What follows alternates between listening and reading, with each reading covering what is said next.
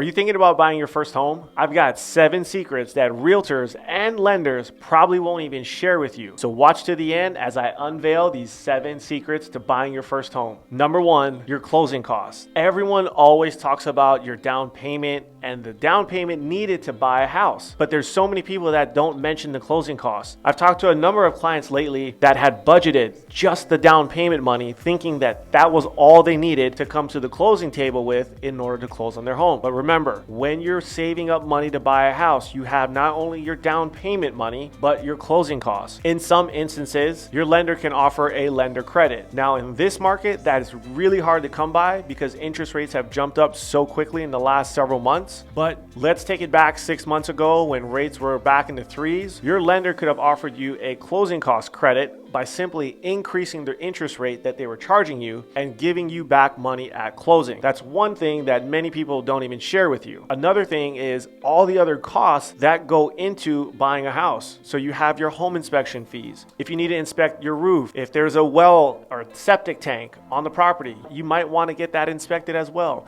And all of these other costs can add up hundreds, even thousands of dollars. So as you're saving and budgeting to buy your house, make sure that you account for not only your down payment, but all your upfront inspections and your closing costs. Number 2 is the home maintenance. So many renters are deathly afraid of buying a house simply because they don't want the headache of maintaining a property. Now I get it, that can be a headache when owning a property, but there are things that are available out there that can help offset some of these costs. For example, a home warranty. A home warranty can cost you, depending on the type of property you buy and what's being covered in the warranty itself, $500, $700, $800, and it can cover some of the appliances, some of the basic things around your home that if things go wrong within the first year, you can call your home warranty, pay a small deductible. Usually it's anywhere from $50 to maybe $75. They will come out as long as it fits the criteria, which is covered under the warranty. They will then fix, replace, get you a new item, whatever is broken. That's one good way as a new homeowner to offset some of those larger ticket items that could potentially go wrong during your first year of home ownership. By the way, if we haven't met before, my name is Seanu Uyehara. I'm a branch manager with Loan Depot,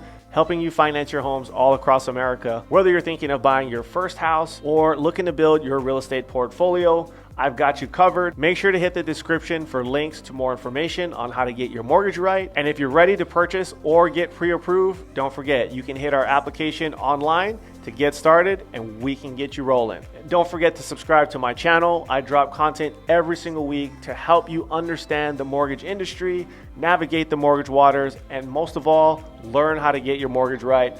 So make sure to share my videos with your friends and family that are looking to buy, refinance, or need some help with their mortgage. Number 3, buying points. This can help you lower your interest rate and prepay some costs to get you a lower rate up front. Many lenders, when they quote an interest rate, they're probably quoting you what we call a par interest rate. That means there's no additional credits that's being applied to you as the buyer, and you as the buyer are not paying anything in addition as a discount point to get a lower interest rate. For example, let's say the par rate today is 5.5%. You might pay 1 point or 1% of your loan amount to get a lower interest rate. So the lower interest rate could be 5.25%, but it might cost you, depending on your loan amount, several $1,000s to get that rate. So it's one thing to take a look at, because as interest rates have climbed up over the last month or so, this might be a way for you to get a lower rate to lock that in for your full term of your mortgage. Number 4 is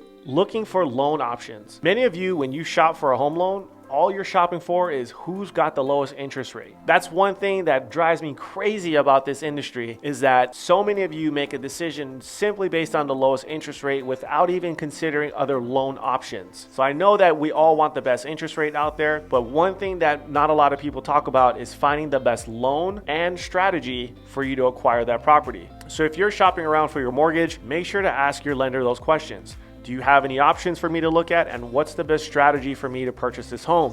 If they look at you like you've got a third eye, you might want to find another lender.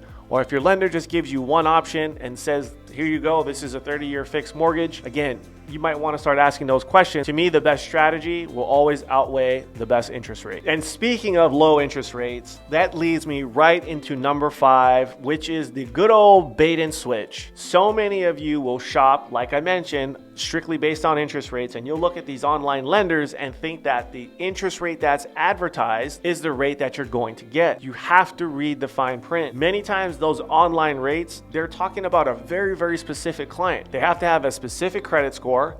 The loan amount has to be a specific amount. You have to put a certain amount of money down, and it has to be a certain type of occupancy. And they can go into the fine details, but you really have to read the fine print. So many of you will do Google searches and find the lowest interest rate, but what you're really seeing is a rate that you're probably not going to get unless you really fit in that box. So again, back to my point on number 4, you have to look at the best strategy. The best rate might sound sexy and it might sound appealing, but it might walk you down the wrong path to only find out that you're going to be paying thousands of dollars that maybe you weren't even budgeting just to get that interest rate that the loan officer didn't tell you until the last minute. So it's one thing you definitely have to be aware of, and I see it happening time and time again. Borrowers make the mistake and they go down that path only to be disappointed. Number 6, making an offer on a house without taking a look at it. That may sound a little crazy in certain parts of the country when we're in a crazy seller's market like we've been in the last several months. Many clients are writing offers on houses without even taking a look at the property. Now there's a strategy behind that, because you do have a due diligence period where you can go and then preview the home. If you don't like it, you can then back out of the contract and go find another property. Sounds a little backwards, and some may agree it is, but with as fast as some of these homes are moving, I've had many agents and many clients write the offers without taking a look at it, only to be able to lock up the house and then go look at the property, because there's many of you that were shopping that you might have looked at a house at 9 o'clock in the morning, and you know what? They might have had 10 offers